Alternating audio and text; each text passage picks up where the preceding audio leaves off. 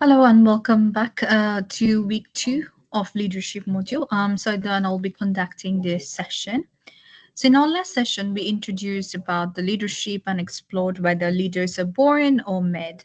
And this week, we are focusing on the essential elements and effectiveness of leadership in terms of value communication. And we will also take a brief look into the transactional analysis of leadership.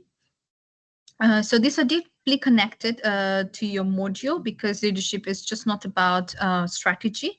It's also about how you communicate and live your values as well. These are the module learning outcomes, and today's session will focus on comparing and contrasting a range of leadership theories and how they can be applied in practice in different settings and situations.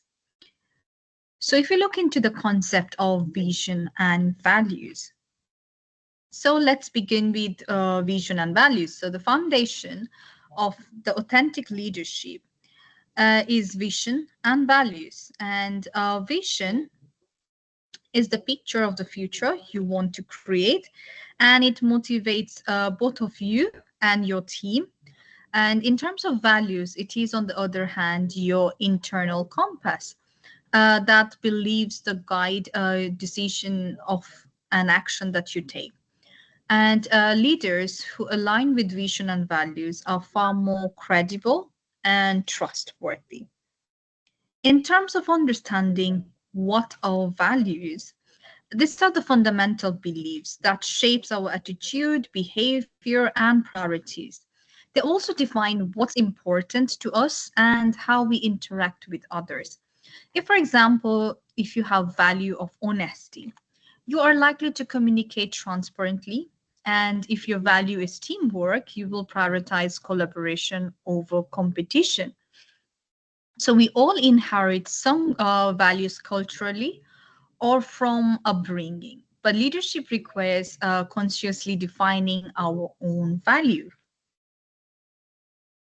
If you look into the value of the values, so when we honor our values, we feel alive and motivated, and we ignore them when we feel disconnected or unfulfilled. So ignoring our values can lead to a sense of dull routine and regrets in our lives. So as a leader, being value driven means that we make consistent ethical decisions, and even when it's difficult, especially when we are under pressure. If you look into the diagram of impact and values of clarity and commitment, you can see that people who have clarity about the organizational value, whose one is high, they have higher level of commitment, whereas people with low clarity about both their personal value and the organization value have almost no contribution over their commitment. If you look into value-based leadership, so according to Rui, it's being discussed that whoever act on their personal values are set strong example for others. And maybe a better decision, maybe in building trust and experience, and it's less stress because they don't compromise their principles. So thinking about leaders like leader from Unilever, which is Paul, he is sustainability driven values reshape the company's entire missions and how their employees work worldwide.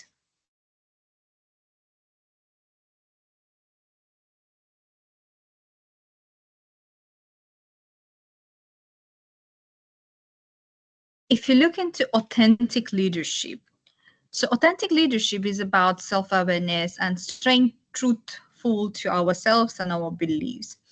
And this is also being genuine, being transparent, being consistent as well, so that this aligns with what we do. And authentic leaders always build trust because people can sense when some actions are real and that are not being performative. In terms of being an authentic follower, it is also equally important that authentic followers follow leaders that are for the right reasons, and they don't idealize the leaders just blindly. Instead, they can evaluate whether the leader values align with them or not.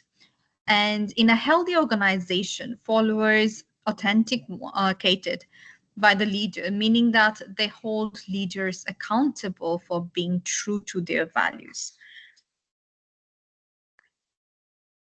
So if you look into what it stands for, it begins with our beliefs, values, and the approaches that leads ourselves and others.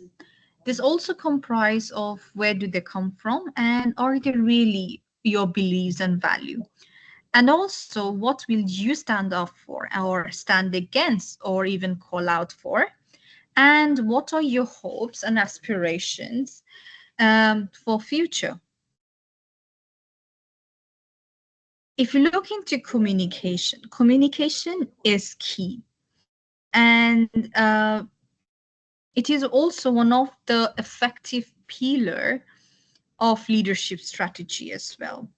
So if you look into the definition, the Chartered Management Institute defines communications as the exchange of information, ideas, attitude, and emotions with the team of creating, understanding, and coordinating activities.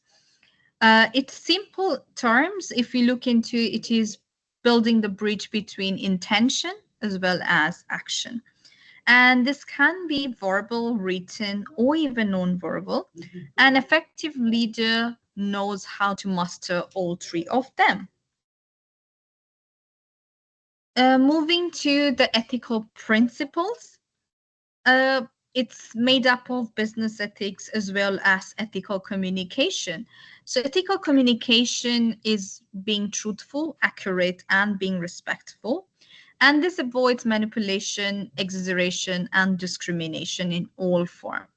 If you look, for example, like while giving feedback, an ethical leader balances honesty with empathy. So they aim to help, not to harm. So think of it as communication with integrity. So not just for efficiency. If you look into the examples of unethical communication, this is withholding important information, spreading misinformation, and using manipulative languages. For instance, in business or in politics, hiding key facts can damage trust and credibility. And ethical communicators ensure accuracy, transparency, and open dialogue with the audience.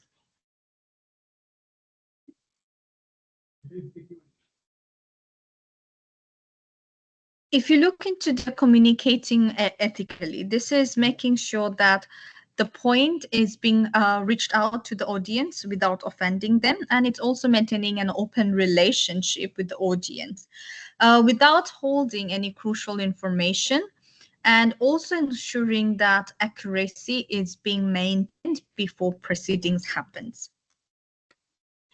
If you look into Shannon's model of communication, this explains how message move from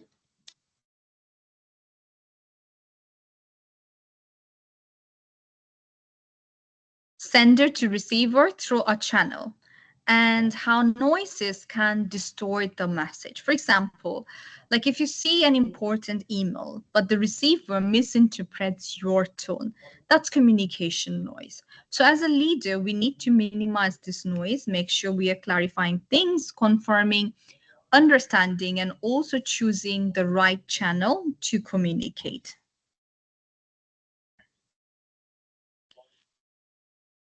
If you look into this video at your reference, it is by McGurk effect. So this effect explains with a fun example of communication challenge.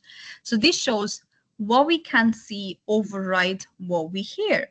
And try watching the linked video because this will help to demonstrate how our brains integrate the visual as well as the auditory cues. And this reminds us that non-verbal communication, like the facial expression, tone, body language, often matters more than our words. That leads towards the very end of the session. Thank you for listening. Please reach out if you have any questions or reflection that you want to share with. Thank you for listening.